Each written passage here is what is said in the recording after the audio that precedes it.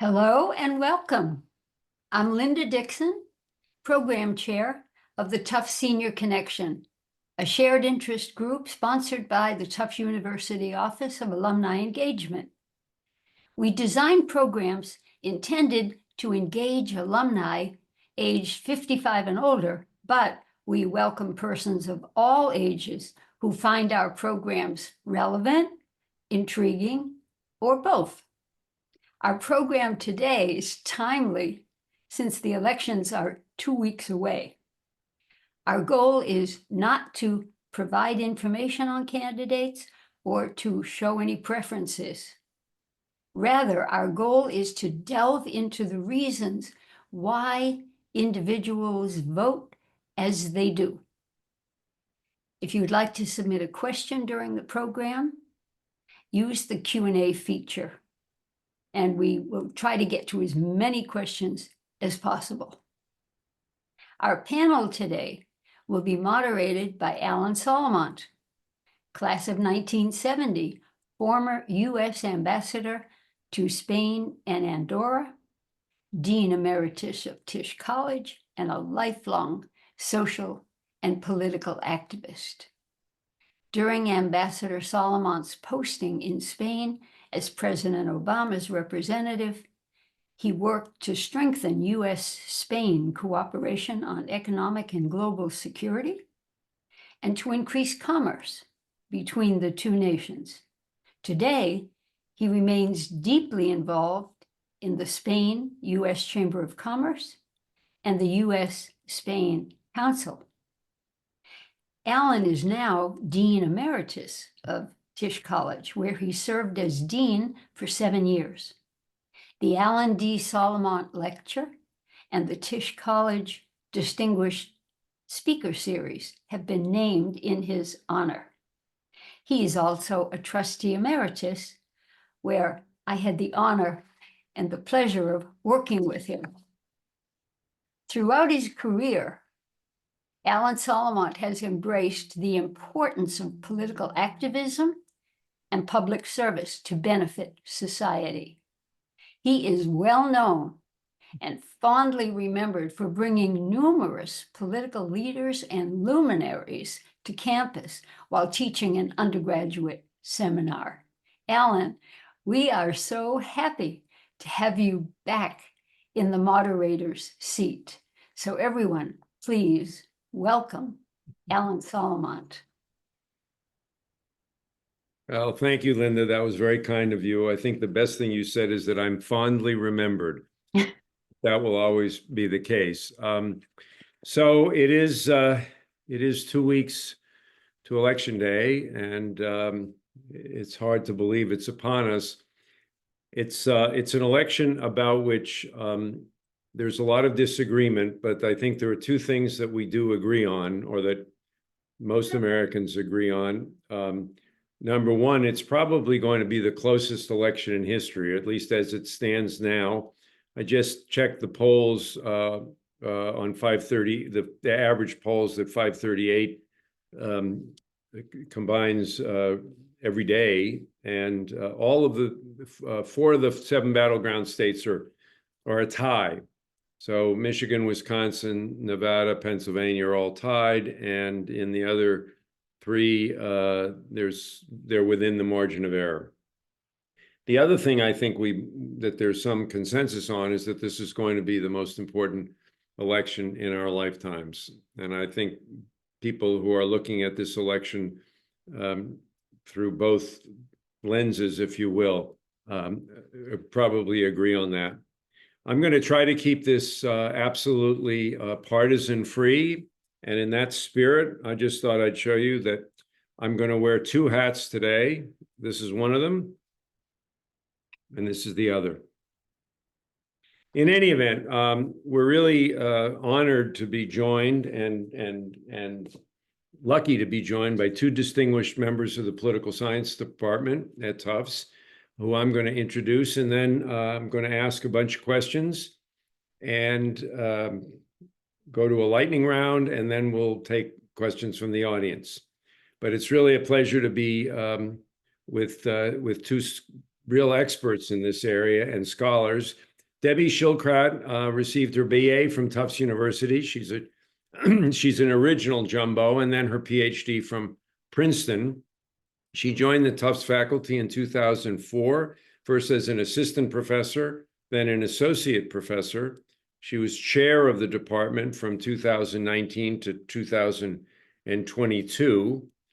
In 2024, she became the John Richard Scoos Class of 1941 Professor of Political Science. She's also a proud member of the faculty of the Tisch College of Civic Life. Debbie teaches politics of ethnicity and American identity, political psychology, political science research methods, and introduction to American politics, public opinion, and political representation in the United States. Her research focuses on the changing ethnic composition of our country and its effect on public opinion. She also studies how liberals and conservatives in the United States feel about factors related to democratic governance. She's currently researching people's psychological connections to their states and the political outcomes associated with that identification. She's widely published in academic journals, and her most recent book, which she co-authored, is entitled The Challenge of Democracy, American Government in Global Politics. Meredith McLain, who's a newer addition to the Tufts faculty, but equally valued, and delighted to be with you today. Meredith received her BA from University of North Carolina, Asheville, and I'm sure you have a lot of friends who've been affected by the devastating flood and hurricane, and our hearts go out to them. She received her PhD from Vanderbilt University just a year ago and joined the Tufts faculty in the Department of Political Science last year. She teaches about presidential power, policymaking, and bureaucratic politics. Her courses include Introduction to American Politics, the American Presidency and the Executive Branch, and Policymaking under Separation of Powers. Meredith's research examines how presidents strategically use unilateral actions to control the bureaucracy while avoiding sanctions from Congress, the public, and the courts. So as you can see, we have two experts and scholars, and let's go right into it. The title of today's program is Hot Button Issues, What Really Matters in the Voting Booth. And so let me begin by asking both of you, and we'll start with Debbie and then ask Meredith to answer. What does really matter in the voting booth? And what are the most powerful factors that lead voters to vote the way they do? All right, thank you for that introduction. Thanks for moderating today. And thank you to everybody for taking the time out of, I'm sure, everybody's busy schedules to join us for the conversation today, and to the Alumni Association for putting all this together. So, I mean, it's really simple, honestly. It's party. And so political scientists talk about what's called the normal vote, which is basically if everyone just voted along party lines based on what partisan identification looks like at a certain moment in time, what would the election outcome be? And then, of course, what deviates from the normal vote in elections is turnout and the uncertainties that move the needle a little bit one way or the other. But a lot of it is really comes down to party. You know, it's really hard to change people's mind. Partisan connections are formed at an early age. Most of us align with the same party most of our lives. And if anything, the relationship might have be getting stronger over the past couple of decades, where we see a decline in ticket splitting down the ballot, for example. There's much less of that than there used to be. One of the terms that some scholars have used to describe our elections right now, which is really evocative, is to say that our elections right now have become calcified, in that there's just so little that moves people, whereas a few decades ago, there used to be more that moved people. And I'm sure throughout the hour, we'll get into some of the reasons why, but I'll leave it there for now.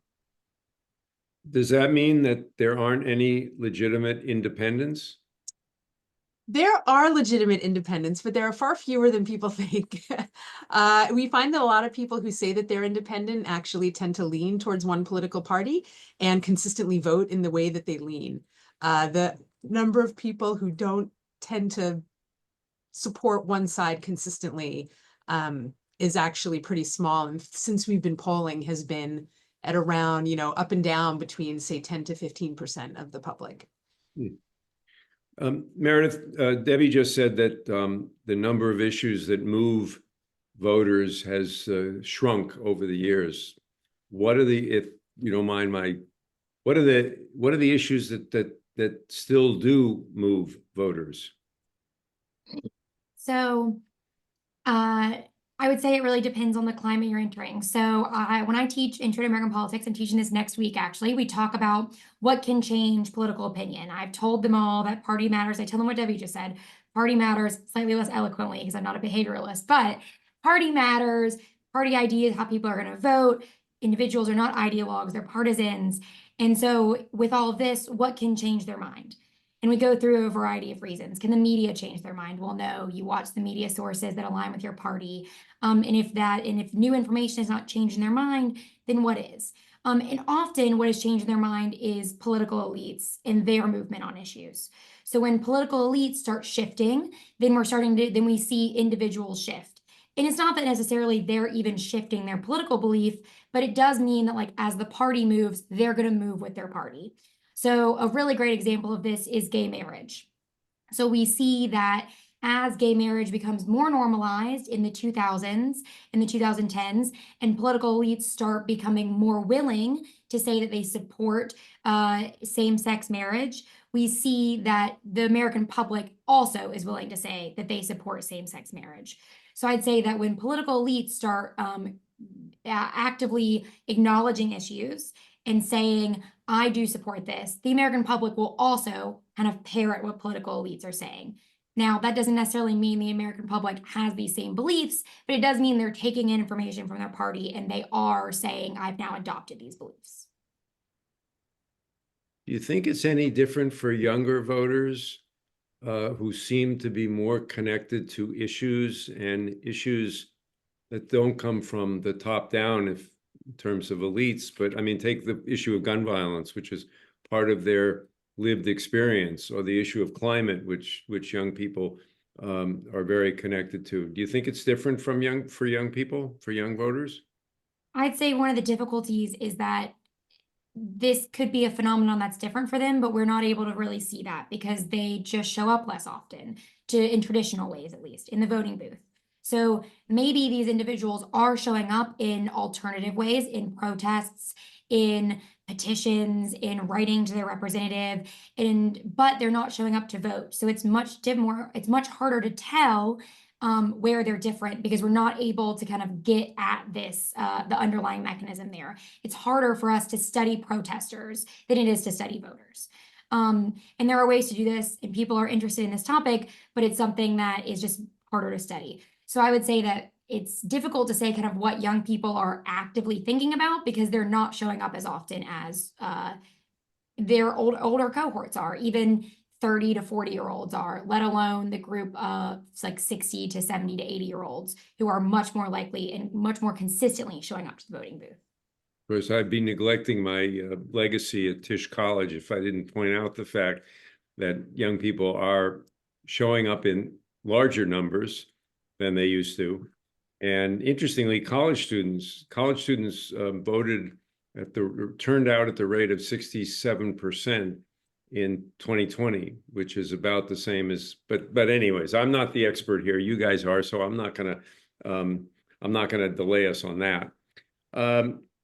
Debbie, the American electorate has never been more polarized than it is now. One result seems to be that most voters have already decided who to vote for, which you already mentioned. But not only is the electorate divided, but each side seems to believe that if the candidate on the other side is elected, that will mean the end of our country, if not civilization as we know it. How do we get this way? How do we get so polarized? And how can Americans be living in such different realities? So we could have a whole night just to answer this question. So I'll try to be concise, but there are multiple things that are true at the same time. One is, yes, the premise of your question is true for some Americans, but I think it's also important to point out that many Americans are not that polarized. And so if you look, for example, one of the things I often tell my students is I'm always correcting them that, like, do not use party and ideology interchangeably. These are not the same things. And so if you look at a graph of partisanship in the American public, you see what looks like a U. You see, like, a lot of people say they're strong Democrats or strong Republicans, and there aren't very many independents, and that would look like a picture of polarization. If you look at how people, what they say their ideology is, it looks like a bell curve. And so they look like completely different distributions. So you have a lot of people who say they're moderate, who believe they're moderate. You don't have a lot of people who say they're very conservative or very liberal. There are some, of course, but they look like these mirror image pictures. And like, how can those both be happening? And so part of it is the product of a two-party system where you have to pick one of these two sides, whereas ideology can be more fluid than party. For people who are polarized, there's a combination of factors that all kind of occurred at roughly the same time. One of the things that occurred is the rise of partisan media throughout the late 1990s and early 2000s that allowed people to be exposed to different information environments and made it less likely that they would hear, although even the audience for partisan media is much smaller than a lot of people think. But that happened. The other thing that happened is we entered an era of what's been called insecure majorities, where in every election, the partisan majority hangs in the balance for the House and the Senate. And for much of the 20th century, that wasn't true. You know, Democrats had the majority and occasionally Republicans would get a win, while we all like to think that competitive elections are good for democracy, like, we have a lot of competition right now. And so when every election seems like we're going to lose our majority, it makes it that much harder to work together because you give the other side a win and the whole, like, so much depends on being in the majority or not. And if it's in the balance every 2 years, that's exhausting and it makes the other side seem more threatening. So you have that. So the question then is, well, why did that happen, right? It didn't happen throughout much of the 20th century. What led that to happen? Which, again, we could spend the whole night talking about. But the short answer is, when in doubt, a lot of things about American politics come down to race. And this is one of those where you have the ushering in of the Voting Rights Act, you have the greater diversification of the electorate, which led to what we call partisan sorting, where you used to have a lot more conservative Democrats and liberal Republicans, and changes in racial politics are largely agreed on to have one of the things that ushered in this sorting that happens. So I guess one other caveat I'd put on the table is when you look at it that way, some people say, well, maybe polarization isn't terrible if part of the reason we didn't have it earlier was because of stagnation on civil rights. So it's a really complicated, messy picture, but I think the way we got here is this confluence of these big events, but also it's important to point out that, you know, there's one study recently that showed that a lot of people, when they think of the other side, they think of someone who's like a rabid partisan, who's always posting about politics. And then if you remind them of, like, okay, so tell me about the Republicans in your life, or tell me about the Democrats in your life. And they're like, oh yeah, they're laughing at cat videos on the internet. Like, they're not these active, you know, enraged partisans, but that's the image we have in our head of what the other side is like. And it doesn't accurately describe most Americans, although it does describe some, and it describes the ones who get a lot of attention. You said that the number of people who watch partisan media is not as large as we think. I thought there was a pretty big difference between large audiences who watch Fox News exclusively and other large audiences that watch CNN exclusively. Is that just not the case?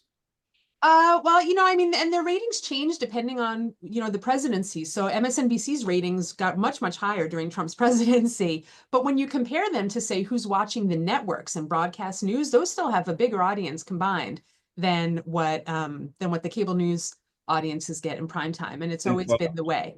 Bigger than Fox? Yeah. And And but not the problem, but what happens though is what gets said on Fox in particular. I'm more familiar with the research on Fox, but Fox gets amplified beyond its viewership. And so its reach is wider than its actual audience because people post about, did you see what they said on Fox News? And you know, CNN will talk about something that happened on Fox News. And so Fox News gets amplified, but its actual audience, a lot of people are exposed to Fox News, but in terms of habitual users, it's lower than people think. Huh. Yeah. Before I ask you another question, Meredith, I just want to mention, Debbie mentioned congressional races as well as the presidency. Do you think that people focus on different issues in presidential elections than they do in House and Senate, or for that matter, state and local races? Are there unique issues associated with presidential politics? So when comparing presidents and members of Congress races, those look much more similar, and in recent years are more similar. So we see a nationalization of politics wherein everything becomes a national issue, where senators and members of Congress are talking about national issues and less than or more than they're talking about issues that are state specific. So we used to see them appealing on more state specific issues. Now we see that less and less. And so we see a lot less split ticket voting. We see a lot more people who their vote for the president is going to look similar to their vote for their member of Congress and their senator. We're going to see all Democratic ballots, all Republican ballots. We see fewer and fewer states having different party senators. And this is, again, indicative of the same idea that people are voting the same way in these elections. I'd say when it gets down to more local elections, that's when you see a little more, some more differences. And a lot of that may even stem from issues such as, like, I know somebody running for state senate. I know somebody running for city council. These are people that are living in my community, that I'm friends with, that are my neighbors. And so I might be more willing to support somebody who doesn't have my same party ID. In local elections, there's a number of nonpartisan local elections. So this takes party out of it, and you're relying on actual connections. So I'd say if you're going to see split ticket ballots, you're going to see these when it comes to like local elections rather than any federal elections. This goes for members of Congress and then presidents and senators. And so these issues are going to look different. I don't think that my hometown of Matthews, North Carolina, people are talking about like the border crisis. A mayor's not running on securing the Matthews border from all those, pesky folks over in Mint Hill. That's not something that's going to be talked about. It is much more about like what our schools are doing, our public resources. And these are things that they're going to be campaigning on. And thus the way that you're voting might look different because the issues are just going to be completely different. In a member of Congress, even though this is only slightly above the scale of a city, is going to be talking about national issues a lot more than a local politician is. And so that might alter your vote choice in that way. So, Meredith, as you know, there's this tension in political campaigns between persuasion and mobilization. And at least among political operatives, if not among political scientists, there is always a kind of a discussion about whether this election is going to be more about persuasion or more about mobilization. Another word for turnout, really. How would you say that the relative importance of that is in 2024? And maybe you could comment on the current effort by Vice President Harris to persuade Republican voters to come over to her side. Yeah, so I would say, generally speaking, presidential campaigns are about mobilization. And it gets back to what Debbie said at the very beginning, which is that party ID is sticky. That's at least the term I use with my students. Party ID is sticky. It's hard to overcome. It develops young. People stick with their party ID. And partisanship is, it's a sticky concept. So it's less likely that I'm going to, as a campaign, persuade you to abandon your party and move to a different party. But it might be that you're just not very enthused about the candidate, that you are going to come out and vote for because you're just excited about who's running. And so we're trying to mobilize you rather than to convince you. I would say that the last 3 elections have probably been challenged that assumption the most that we've had in recent years. And that is because Trump became a rather polarizing figure even within the Republican Party. And we saw a divide within the Republican Party amongst Republican elites even who, came out against Trump. And we continue to see that. Not only was that in 2016, but today we see Kamala Harris doing a campaign event with Liz Cheney and Dick Cheney, a Republican vice president and a former Republican representative.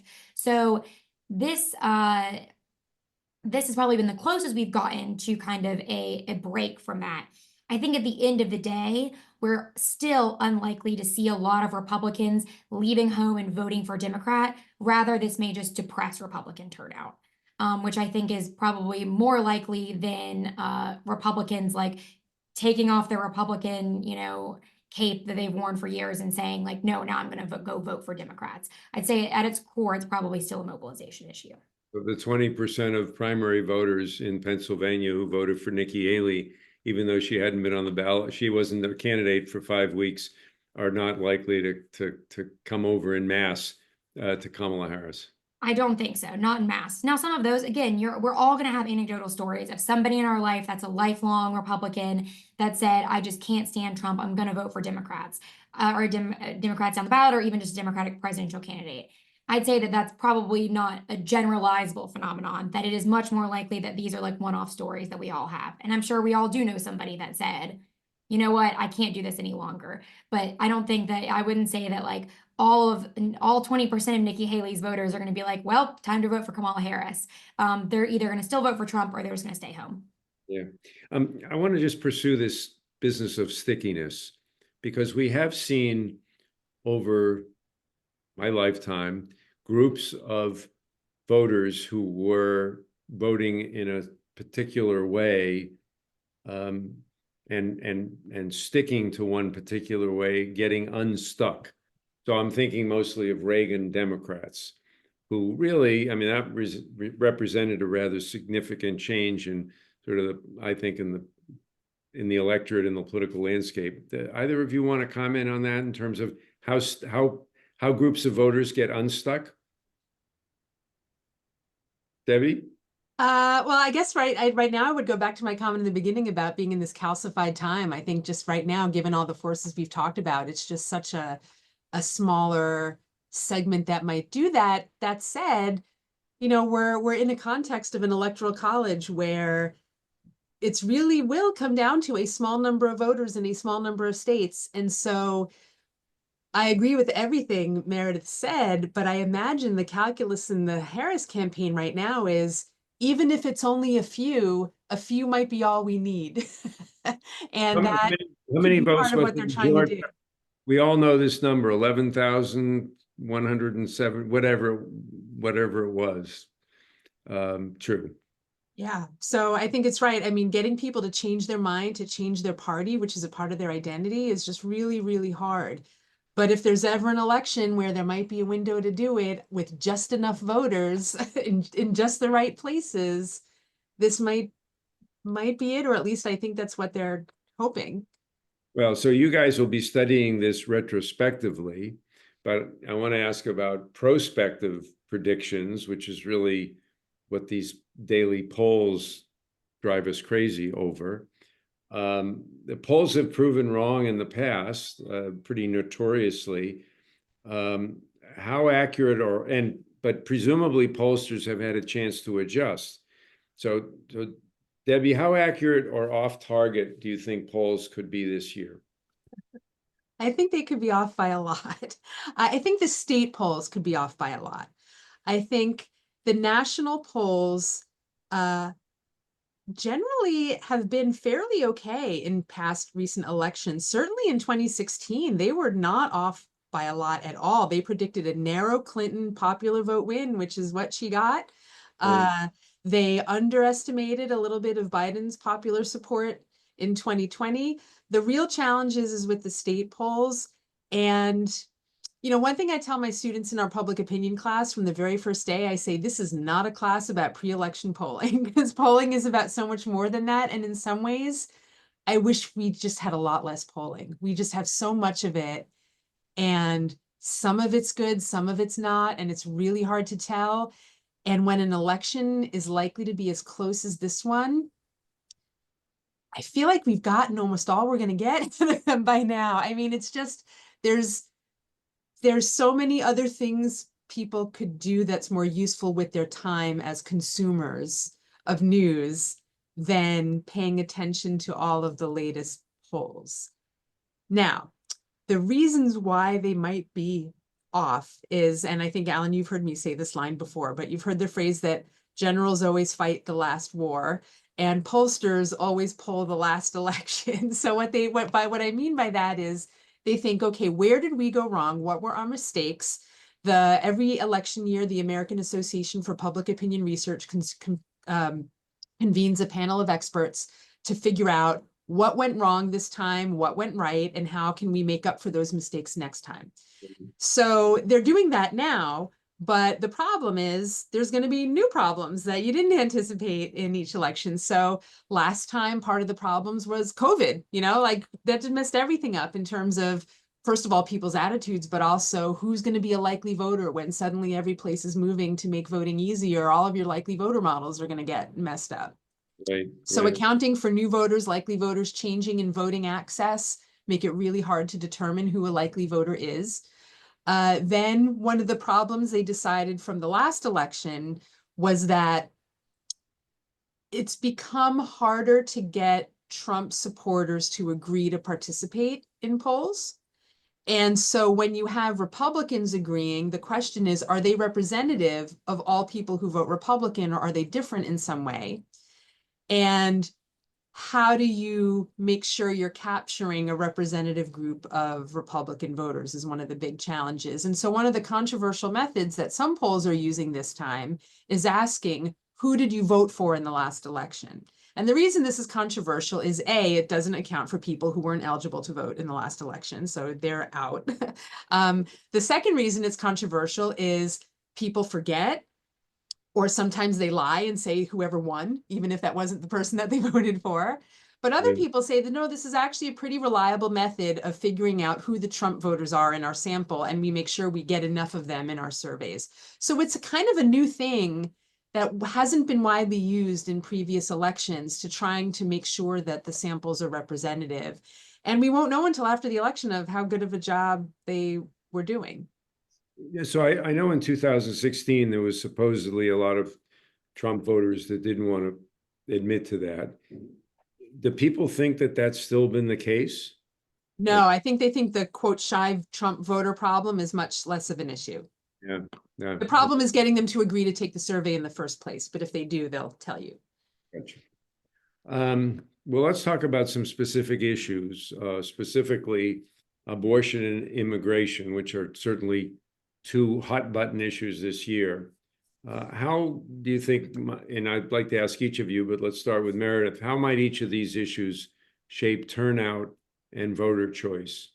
Why don't you start with abortion, actually, if you don't mind, Meredith? Yeah, that's good, because I was going to say I'll start with abortion. So for the abortion issue, I think that we've already seen some of the ways that abortion shapes elections, because we've seen since Dobbs, we've seen a number of elections since that. Like, these are state elections, local elections, ballot initiatives, and we've seen that people are showing up, specifically suburban white women who are kind of like in this middle group of kind of what are they going to do, especially in 2016. We thought these women tend to skew more Republican, but we're starting to see them shift to be more Democrat or vote in a more Democratic manner.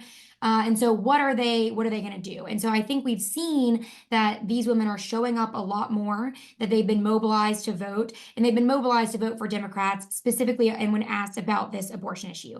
And we've been able to really see that because we've been able to see ballot initiatives where in certain states, the right to protect abortion, or putting a ballot initiative on saying that we will restrict abortion in our state, have come up. And we've seen largely that women are turning out to vote to say, yes, I want to protect abortion, or I want to vote against ballot measures that are restricting abortion access. So I think that has specifically been a mobilizer for female voters. And I think that in this election, it will continue to be a mobilizer for female voters, especially given that I think people view the Dobbs decision as a result of Trump. He gets to put these justices on the court, is replacing more liberal justices with conservative justices. And then we have the Dobbs case. And so I think that in voters' minds, these things are highly correlated, and they want to, and this is going to mobilize women to get out and vote, most likely for Kamala Harris, to prevent any further restrictions on abortion access. How successful do you think Trump and J.D. Vance have been in muddying the water a little bit, if I can put it that way, in terms of, well, of course, Trump said everybody wanted to do away with Roe, and then Melania came out and said, well, she really believes in choice, and J.D. Vance said that Republicans have to soften their message or whatever, and let's leave it to the states as opposed to imposing a federal ban. How successful do you think the Republican ticket has been in changing that dynamic? I think that their message has seemed to be, let's leave it to the states, the last thing you said there. And I think that that is a really unsatisfying answer, especially for women who are living in states with abortion restrictions. Right. So for people living in states where the state immediately enacted a trigger ban, saying let's leave it to the states is not a satisfying answer for them. And in their mind, that's a federal policy. So I'd say that, like, when I talk to my students about abortion in Intro to American Politics, in this case specifically, they tend to think that Dobbs outlawed abortion, that abortion's not allowed anymore. And they associate this with that. They don't associate it with that Dobbs said that this is now a state's issue, that now states can outlaw abortion or have some sort of abortion ban or restrict abortion in some way if they'd like to. They don't make this association. And I think that that's probably indicative of how a lot of voters think about it. They think that the Dobbs decision was a case that is going to actively restrict abortion access at the national level. And they don't necessarily think about this as a policy that's just diverting to the states. So I'd say that by saying this is a state's issue, that's probably not a very satisfying answer for many women, and especially these women in states that we see showing up. We see this on the ballot in southern states where there are already trigger bans, and these women are unhappy with the state of how things are in their state that has restricted abortion. So those are the reddest states. Yes, these are the reddest states, and I'd say that they're showing that they're extremely unhappy with these abortion bans. Even states where I think that you would think that you would see women supporting this, they're still saying, no, I think in X, Y, and Z cases, we need to be allowing for abortion, and my state's not doing that. So I'd say that a national policy of leave it to the states is unsatisfying for women living in these states that do have restrictive access. Right. Interesting to see how this plays out in Texas in the Senate race. Yeah. But Debbie, do you want to talk about immigration as an issue that is shaping the electorate and voter choice? Sure. So this is an issue that has been more prominent in Trump's remarks than in Harris's remarks. And one thing that's remarkable about Trump, so one thing I show in some of my classes is I show, as far as Gallup has been asking about presidential approval rating, like going all the way back to Truman, you can see that presidents have a honeymoon phase and then it drops throughout their presidency. Occasionally something happens and they get a spike, a terrorist attack, a war, and, kind of, but generally they start out kind of high, and Trump broke all of that. If you look at Trump's approval rating, it is flat, and it's just this unmovable thing. And what I think the reason I'm bringing this up in response to a question about immigration is his support for a long time has struck me to be at a ceiling, that he's largely gotten the support from most of the people he's going to get. He could pick some people off, get some more electorates, change, people age in and age out, enter and leave the electorate.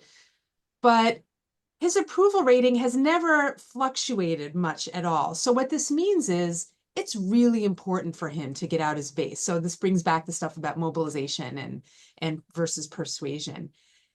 And one way to do that is to make people really angry. Angry is an emotion that we know leads people to get engaged. And immigration seems like an issue where he's able to use a lot of anger inducing rhetoric. So it seems to me that this is a tactic for turnout and mobilization to try to get people angry about immigration. You've answered a question that a lot of people have been asking, which is, why is it so much easier? Why are the Democrats investing so much money and resources in a ground operation to turn out voters by, by relational organizing, by, reaching out person to person? And Trump campaign is not doing that, actually, and seemingly turns people out with a lower application of resources. Mm-hmm. But in terms of approval, when I look at 538 now and again, maybe once a day, to see if it's changed. And in addition to the horse races, and the national, the difference in the national polling has been under 2% for the last few days. Harris has been up like 1.5%, but as I mentioned earlier, all the battlegrounds are literally tied, or the difference is less than a point. But there is also an approval-disapproval of both candidates. And Harris's approval-disapproval is about even. Trump's is still underwater. Mm-hmm. He's underwater 9 points. And how do you square that with what you said is the consistent either floor and ceiling, which are about the same? Well, it's always been under 50%, right? I mean, he's never won the popular vote. So it doesn't surprise me that his negatives. You asked. It doesn't surprise me that his negatives are higher than his positives. And then even as Meredith had mentioned, there are a lot of people who vote for him because of party, but really don't like him all that much. So Right. He's got it from both people who are of the other side, but also people within his party who don't like him. So yeah, that sounds about right to me. Okay. Meredith, I want to ask about foreign policy. It's always been interesting that one of the most important elements of the president's job description is to represent the United States in the community of nations. And yet, issues of foreign policy don't necessarily figure large in presidential elections. On the other hand, this year, the United States is involved in 2 wars, if not directly, certainly engaged in the Ukraine war and the war in Gaza. So how do you think these issues are going to affect voters' choice on November 5th? So typically voters don't consider foreign policy, mostly because they're quite uninformed about foreign policy. Foreign policy tends to be a complex issue that people don't have strong issue opinions on. And I'd say that this is an unusual election, as there seems like there's at least a lot of people talking about these conflicts. I would say, if anything, that this is going to be, again, a mobilization situation, not a party change.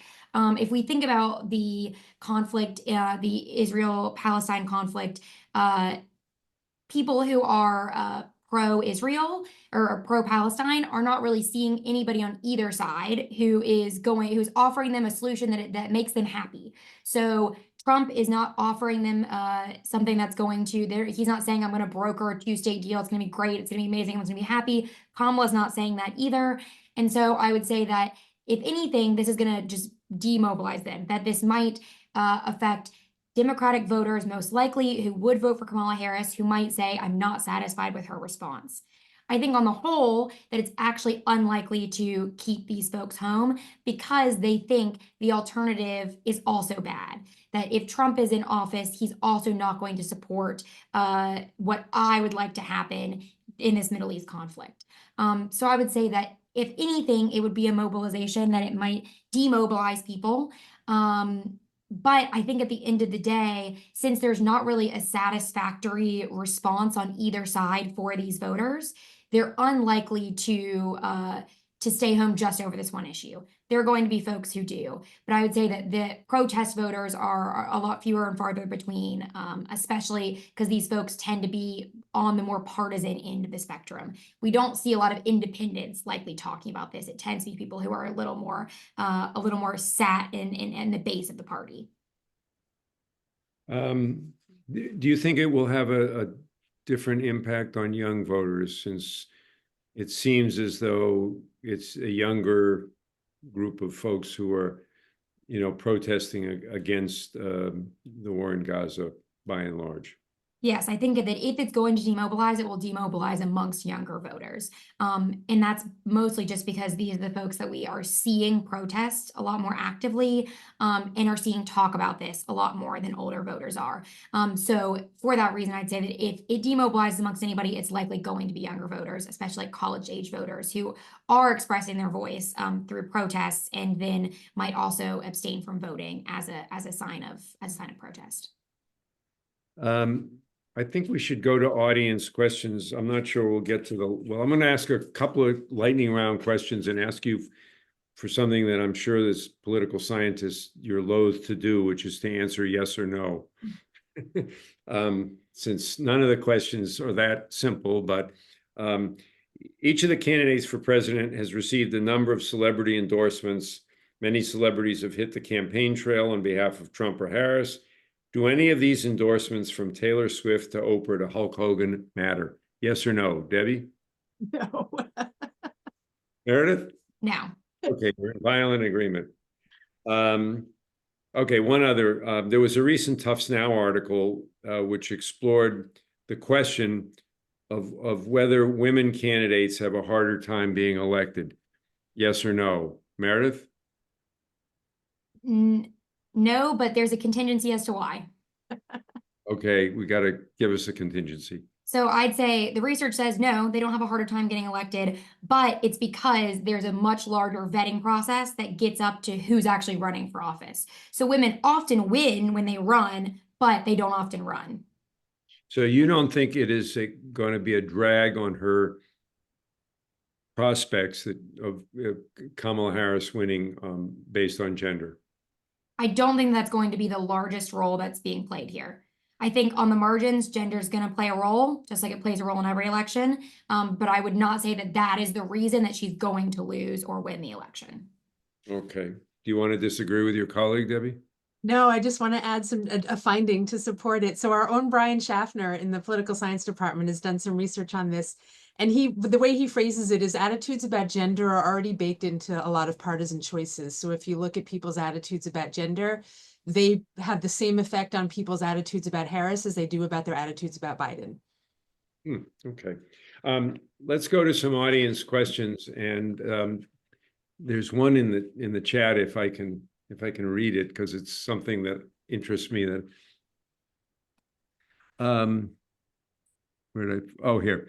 So I attended a talk by Professor Alan Lichtman. So I'm gathering both of you know him. He's a fairly well-known political scientist with an interesting theory. He's a fellow Brandeis alum. Well, okay, we'll excuse it. Anyways, he predicts elections using a 13-factor model. Using this model, it seems that no matter what the other polls say or predict, that Kamala Harris will win. What do you think of such models, or his models specifically? Because it does get a certain popular notoriety. I can answer this one. So I actually don't follow his model in particular, but there is a whole cottage industry of election forecasting among political scientists. And I do teach some of this in one of my classes. And the model I teach the most is by a scholar named Alan Abramowitz, who has a model called Time for Change. And part of the reason we like this model is it's really simple. 13 is a lot of factors, but Alan Abramowitz's model has 3, where basically if you look at the incumbent's approval rating in June of the election year, so before the conventions, before the campaigns, before the debates, so approval rating in June of the election year, GDP growth, I believe, in the second quarter of the election year, but basically like election year economic indicators, and how long has the current party been in power. And those three things have an excellent track record of predicting the election outcome. It isn't always right, but it's almost always right. And he actually just released his model like yesterday or 2 days ago. And his model predicts a narrow Harris victory. But basically, it's called the time for change model because if a party has been in office for 2 terms, that alone makes people just kind of want change. And it's kind of time to go to the other party. And then if the economy is not doing well, maybe it's time for change. And if the president isn't having a great presidency, it's time for change. But again, his model may be screwy this year too, because one of the key indicators is presidential approval rating in June. And back then we thought Biden was going to be the nominee. So if anything, that might actually make his model underestimate the Harris likelihood, but he does predict it. So that model has a very good track record. And that's what we call the fundamentals, which is that like all the ads, the debate performances, the quips, the little viral videos, like none of that is factored into these models. And you can do pretty well in assessing who's going to win, just knowing some of these basic things is a little humbling. Oh, as someone who spends a little bit of his time around political fundraisers, that would be a little cold water Yeah. on them, but gives them something to do. Let's see. A lot of people want to talk about some of the structural flaws in the way we elect presidents. So one question here is, I live in New York. I'm sorry to hear that. My vote will not matter. Will our election process ever change so that everyone's vote matters? Meredith, you want to start with that? Yeah, I don't have a lot of hope for changes to the Electoral College system, and that's because it requires a constitutional amendment. And so I think that overall, if you polled Americans, most people would say that they'd prefer a system without the Electoral College. And I think that that's similar to like asking for people to cast a vote in the popular vote in the election.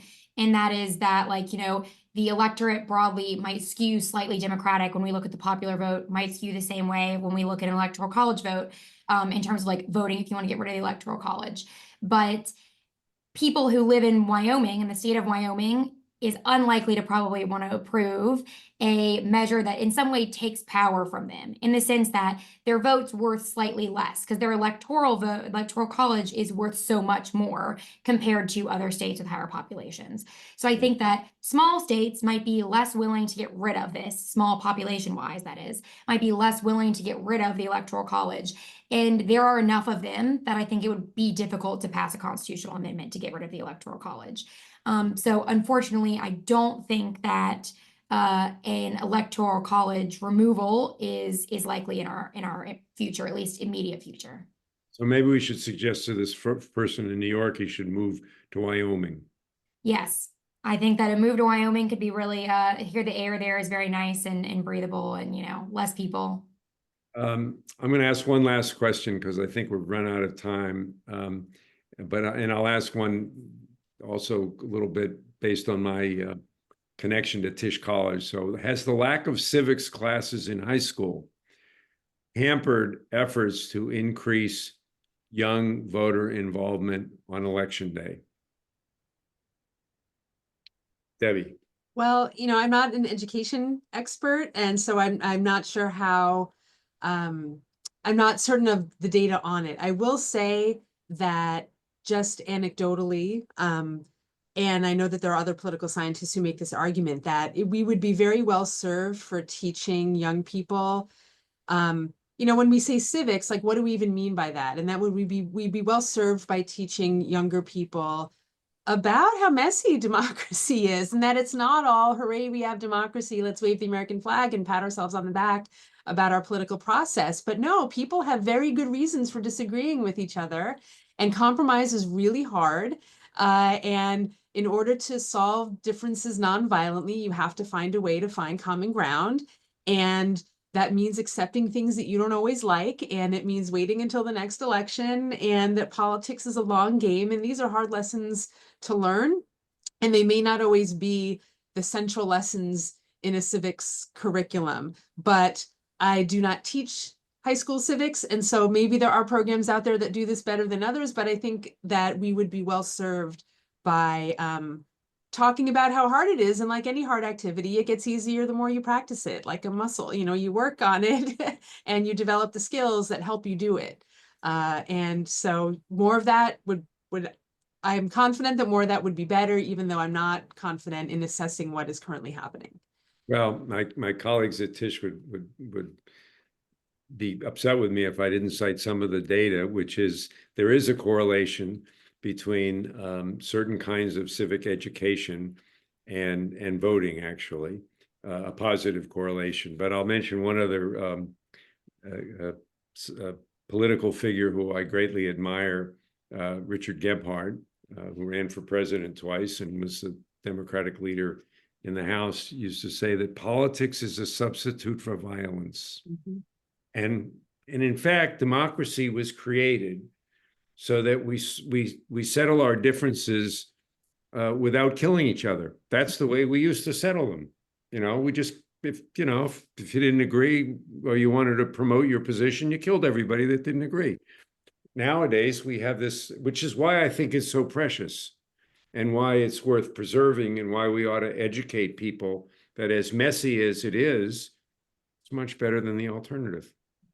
In any event, so thank you for allowing the moderator to stick his 2 cents in. I want to thank you both. I've learned a lot. I'm sure our audience has learned a lot, and they didn't even have to pay tuition for this. Meredith, thank you very much. It's really a pleasure to listen to you. And of course, your expertise is in an area that fascinates all of us right now, which is the American presidency. Debbie, your wisdom is always enthralling, and I really appreciate hearing all that you have to say. I will just a question I didn't get to ask, but maybe ponder for everybody to ponder.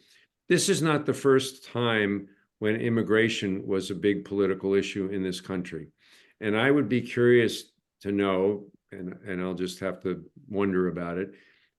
How the conversation about immigration today compares to those other moments in American history, like in the 1920s, or when immigration was similarly a big issue, and as a result, actually, America closed its doors. But we'll leave that for another day. I'm going to turn this back to our friend Linda Dixon. Let me thank everybody who took time out of their what's today? Tuesday afternoon to join us to talk about something that we're all fascinated by. Yeah. So in any event, Linda, I'll turn it back to you. Oh, thank you so much, Alan. Hello, everybody. Hello again. I wish we could go on longer, but we promised to wrap this up in an hour, so we got to keep to that. Alan, Debbie, Meredith, thank you for a great conversation. With all the messages that are floating around, clarity is important, and I thank you for providing a good deal of clarity. Thank you also to Karen McCauley and Rachel Shaw of the Alumni Engagement Office for producing our program and providing technical support. And by the way, if anyone is interested in getting involved with the Senior Connection, we would welcome your overture. Just contact either Rachel or Karen. The Senior Connection has 2 great programs planned for later this year, and I want to do a quick commercial. On January 23, 2025, at 5 p.m., we invite you to a Zoom program on music and memory in the aging brain. Let's see it. Who's laughing? Right? We're all candidates. An aging brain is laughing. Okay. Associate If I may, Professor. there are 3 ways to keep an aging brain sharp. Learn a Okay. language, learn an instrument, and I forgot the third. Okay. Well, music tickles your brain. Did you know that? Well, Associate Professor of Psychology, Elizabeth Race, focuses on what's going on in our brain. And she will discuss her efforts to learn whether we can use music to activate declining brain circuits. Very important. On Saturday, March 29, we will tour the Concord Museum, followed by lunch at the famous Colonial Inn. Now, 2025 just happens to be the 250th anniversary of the battles of Lexington and Concord, the start of the American Revolution. A perfect time to visit the Concord Museum with its outstanding collection of revolutionary artifacts and displays. So please watch for future notices about these programs.